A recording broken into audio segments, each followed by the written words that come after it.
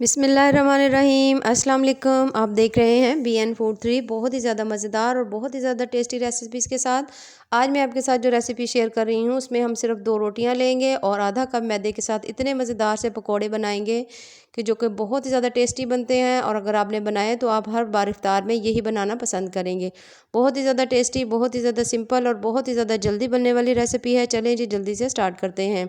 सबसे पहले मैंने लिया है एक बोल, उसके अंदर थोड़ी सी मैंने इसके अंदर तकरीबन 1 कप मैंने इसमें डाली है बंद गोभी। चीज़ों की मिकदार आप कम या ज़्यादा भी कर सकते हैं। एक मैंने इसके अंदर गाजर कश करके डाली है।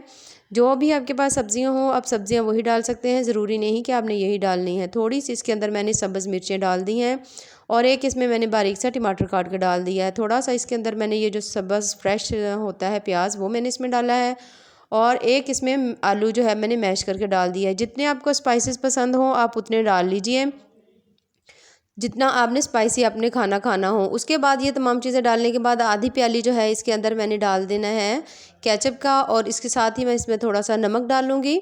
अगर आपने स्पाइसी ज़्यादा रखने हैं तो आप इसमें मिर्च नमक का भी यूज़ कर सकते हैं। अच्छा जी, इसे डालने के बाद इसमें इन तमाम चीज़ों को हमने अच्छी तरह से ये देखें इस तरह से कर लेना है मिक्स। बहुत ही ज़्यादा जल्दी बनने वाली रेसिपी और बहुत ही ज़्यादा झटपट से बन जाएगी। जैसे ही इन तमाम चीज़ों को मिक्स कर लें हमने इनको रख देना है साइड में। और ये जो आपकी बची हुई रोटियां हों या वैसे अगर आपने बनाई हों तो वो आपने ले लेनी है। मैं 2 रोटियों का बना रही हूँ इसलिए मैंने इस थोड़े से ज़्यादा तादाद में बनाई है। अगर आप कम भी बनाना चाहें तो कम बना सकते हैं। मायोनीज़ इसके ऊपर मैंने डाला है, ये ऑप्शनल है, अगर आप डालना चाहें तो डाल लें वरना आप इसको स्किप भी कर सकते हैं। बच्चों के लिए वैसे डालेंगे तो बहुत ज़्यादा वो खुश होकर इसको खाएंगे। उसके बाद ये जो हमने बना कर रखा हुआ था सब्जियों का हमने ये मसाला था इसको हम इसके ऊपर अच्छी तरह से अप्लाई कर देंगे। अच्छी तरह अप्लाई करने के बाद ये देखिए इस तरह से जब आप देखें कि अच्छी तरह अप्लाई हो चुका है, इसे फिक्स हो चुका है, उसके बाद हमने इसी रोटी का रोल बनाना है इस तरह से। इस तरह से करके हमने इसको अच्छी तरह से इसका ये देखें रोल बना लेना है। बहुत ही ज़्यादा जल्दी ये रेसिपी तैयार हो जाती है और बहुत ज़्यादा मज़े की बनती है और बहुत ही ज़्यादा टेस्टी होती है। अच्छा जी, जैसे ही आपका ये रोल बन जाए दूसरी रोटी भी सेम इसी तरह से आपने रेडी कर लेनी है। उसके बाद हमने छुरी की मदद से ये देखिए इसके पीसेस को कट कर लेना है। आपकी मर्ज़ी है अगर आप बड़े पीसेस रखना चाहिए या छोटे, लेकिन इस तरह से रखेंगे तो वो बहुत ज़्यादा अच्छे भी लगेंगे और वो बहुत ज़्यादा टेस्टी भी लगेंगे। ये देखें उसके बाद हमने एक टूथपिक ली है, उसके बाद हमने इसके जो किनारे हैं उसको इसके साथ अच्छी तरह से ये देखें इस तरह से हमने फिक्स कर दिया है ताकि ये खुले ना। यहाँ पर वैसे अगर आप पतला सा मैदा करके भी लगाएंगे तो तब भी ये इससे अच्छी तरह से फिक्स हो जाएंगी। ये देखिए हमने अच्छी तरह से तकरीबन तमाम जो अपनी रोटियां हैं उनको रेडी कर लिया है। उसके साथ ये देखिए हमने काट के उनको टूथपिक लगा ली है। उसके बाद अब हमने लेना है बेसन।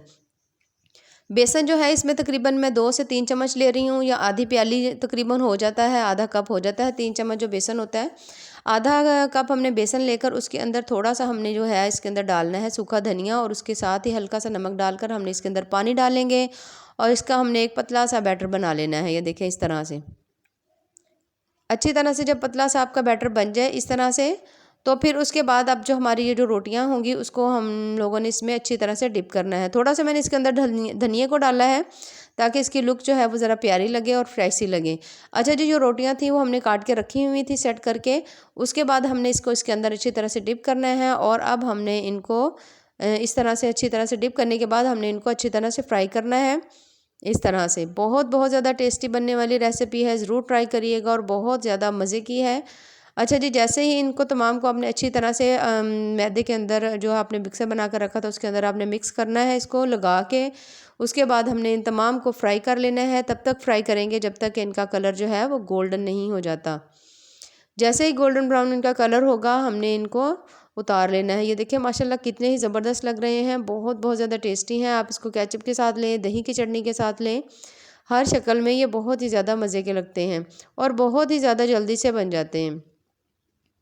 ये देखिए इस तरह से बहुत ज़्यादा टेस्टी और बहुत ही ज़्यादा सिंपल सी रेसिपी है। ये देखिए जैसे ही हमारे तमाम जो स्नैक्स हैं, स्नैक्स भी कह सकते हैं आप, पकोड़े भी कह सकते हैं, आम रूटीन में आप बच्चों को लंच में भी ये वाली रेसिपी जो है बनाकर दे सकते हैं। ये देखिए माशाल्लाह कितने ही मज़ेदार से हमारे जो रोटी के पकोड़े हैं वो तैयार हुए हैं। बहुत ज़्यादा मज़े के बने हैं और बहुत ही ज़्यादा टेस्टी हैं। ये देखिए माशाल्लाह ज़रूर ट्राई करिएगा। बहुत ज़्यादा मज़े की और बहुत ज़्यादा मज़ेदार और बहुत ज़्यादा टेस्टफुल सी रेसिपी है। बहुत ज़्यादा मज़े की है। ये देखिए माशाल्लाह से। बाकी दुआओं में याद रखिए। अल्लाह हाफिज़।